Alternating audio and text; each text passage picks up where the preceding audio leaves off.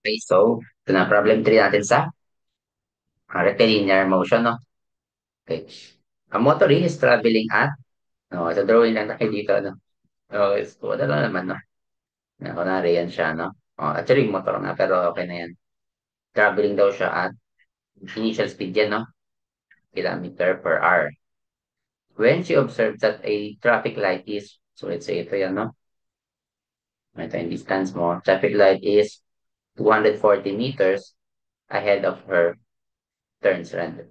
The traffic light is timed to stay red for 24 seconds. So, T is equal to 24 daw.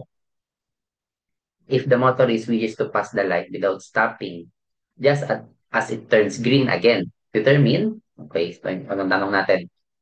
Determine the required uniform deceleration of the car in meter per second, no?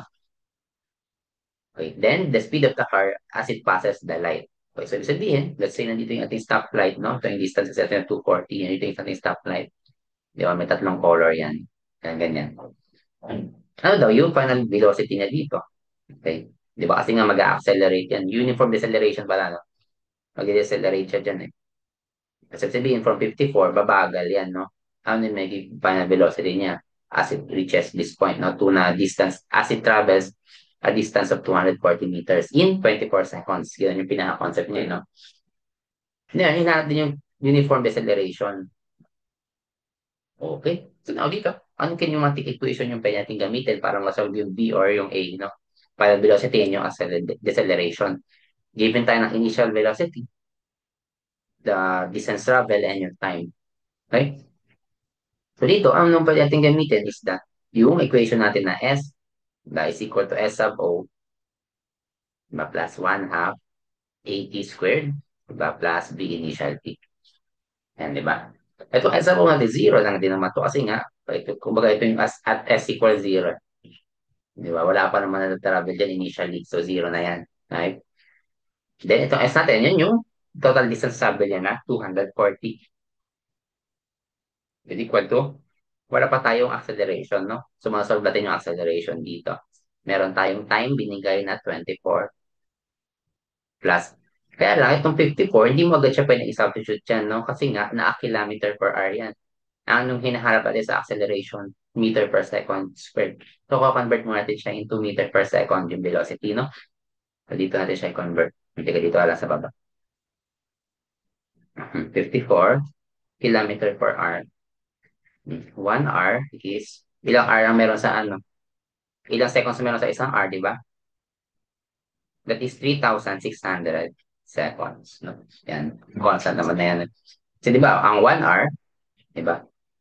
60 minutes.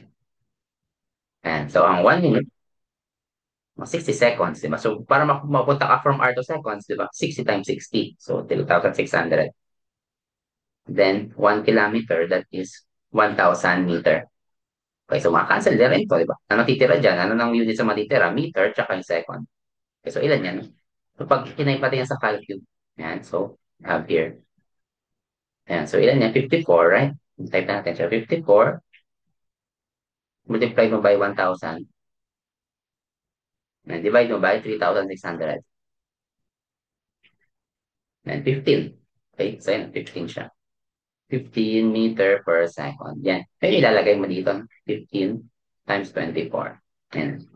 So, ano lang yung only unknown natin? Yung unknown na lang dyan ay yung A. So, masolve na natin yung A. A is equal to what? Okay, so po ating makukuha yung A.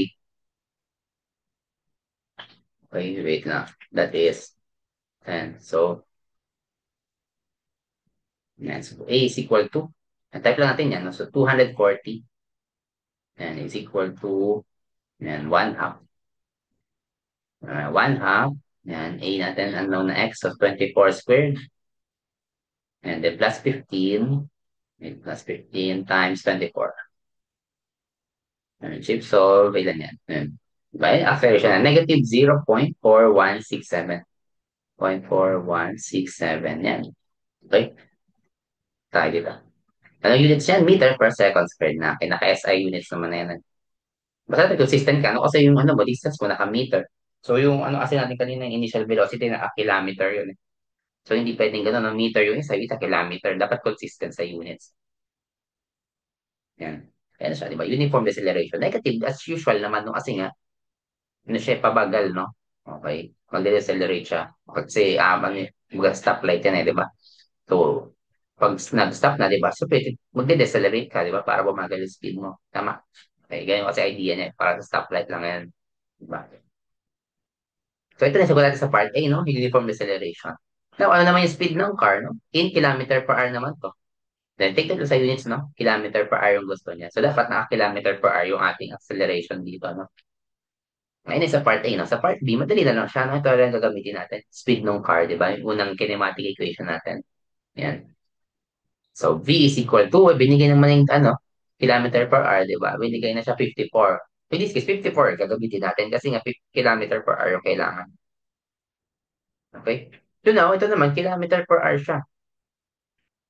Okay? So, dapat, itong ano natin, itong, tawag mo dito, acceleration natin, at saka time, dapat naka-hours yan, no? Tapos ito meter, dapat naging kilometer. So, i-convert muna natin yan, no? Magkakaroon mata dito ng conversion. Tama? So, unahin mo natin yung time, no? Kasi yung time na binigay dyan, di ba? Ilan yung binigay na time? 24 seconds, tama? Ito, madali lang naman siya. Ito muna yung unahin natin convert, di ba? So, kailangan mo, di ba parang kanina lang, then 3,600, no? Yan, 1 hour. So, paano mo malalaman kung nasa taas to kasi o nasa baba, no? Kasi kailangan makancel yung seconds. So, dapat yung 3,600 seconds sa ilalim mo ilalagay. Di natataas yung 1 hour. Okay, so, ganun siya, no? So, yan, T is equal to, ilan yan, no? So, sige, hayaan mo, sige.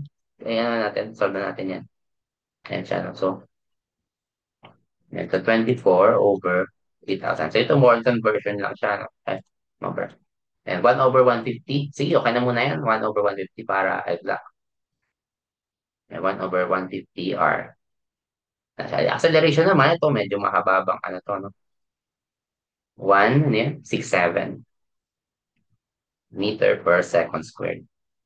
So, again, 3,600 second, 1 hour. Kaya lang, kailangan natin ito squared. Kasi nga, bakit? Na-squared kasi ito para makancel yung second squared. Okay? Ito meters. Ilang meter meron sa 1 kilometer? 1,000 meter, no? Punta sa meter is 1 kilometer. Ay, na, okay na siya. No? Na kilometer per hour squared. No? Cancel, cancel. Is equal to type lang uli natin yan sa calculus. Kailangan naman natin mag-convert. No? Yan. So, we have here negative, tama, negative 0.4167. Then, 3,600 squared. No? Yan. Squared over 1,000. Tama. Yan. So, yan. Ang laki, no? Negative 54432. Negative 54432 kilometer per hour yan. Yan. R squared yan. Okay. No, pwede natin na magamit dito. Plug-in mo na siya. Ano yung A natin? Negative 4,400. 5,400. 432 times yung T mo na 1 over 150. Yan na. Okay, minus to, no? Kasi negative yan. So, B is equal to, again, plug in natin sa calcul. No? So, ganun lang siya. No? Yan. So, plug in natin sa calcul. Yan. So, we have here 54 minus, wait, no, 54 minus 54.432. 432 times 1 over 150.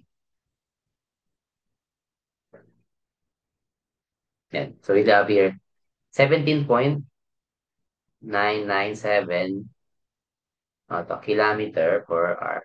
Tama, yan siya. Yan, unit natin. Yan. Okay, so nag-convert lang naman tayo. No? Ganun na siya. Okay, kasi kilometer per hour 20 na ito ng dito, right? Ganun na siya. No? Okay, so yan lang siya, no? Yan. Basta yun lang, dapat consistent lang kung meter, meters, kung second, seconds, kung kilometer, kilometer, kung R, naka-R din dapat. No? Hindi pwedeng yung acceleration mo na, naka-ano, kilometer per hour squared. Itong time mo naka-second. So, hindi mo ka-cancel yan, no? So, ang idea, di ba, pag pinag-times mo to, di ba, yung acceleration mo, kilometer per hour squared, times mo nung time na naka-R, di ba, mag-cancel to, magiging kilometer per hour. Kaya yun yung final units natin. Kasi itong initial velocity na kilometer per hour na yun eh. So, ganun. Para at least consistent dapat sa units. So, yan lang, no? Ito yung sagot sa part 1, ito yung sa part 2. Okay, so gano'n na siya. So, thank you.